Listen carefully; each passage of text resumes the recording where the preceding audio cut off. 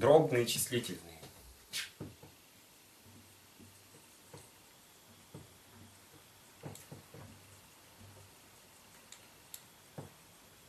В тувинском языке образуется следующим образом. Например, дробь 1/2.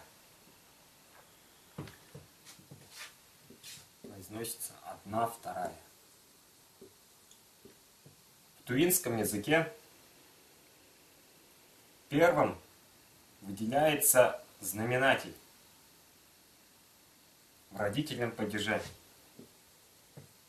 Иным. А затем число, стоящее в числителе, с аффиксом принадлежности в третьем лице.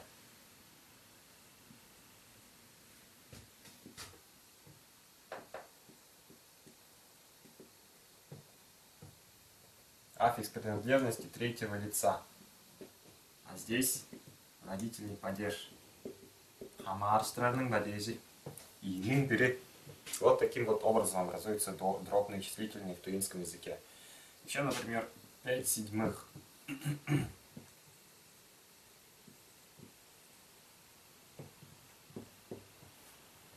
Будет, соответственно, чеди, чединин, чединин, пежи.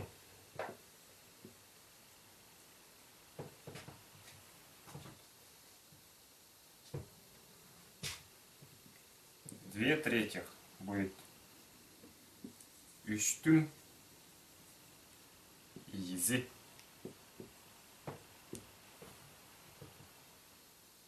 Целые числа, например, если тут 2,2, будет ибүдүн,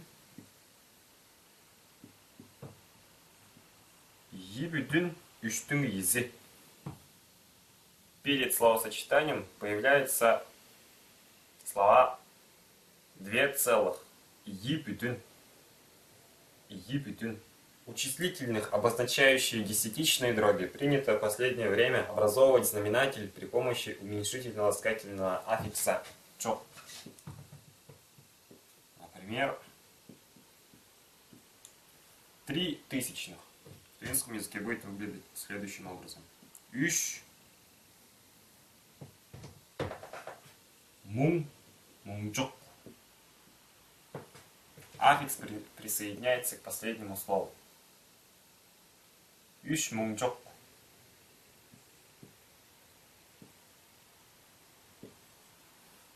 Сес 0,08. Сес чустюк. Соответственно, если 10-я доля, ончок. Если 10-тысячная доля, он мунчок.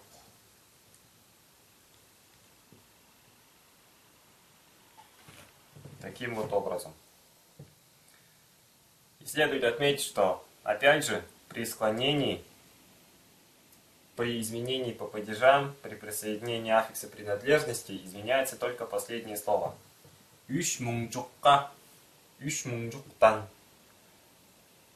Первые слова остаются без изменения. Все аффиксы присоединяются только к последнему слову.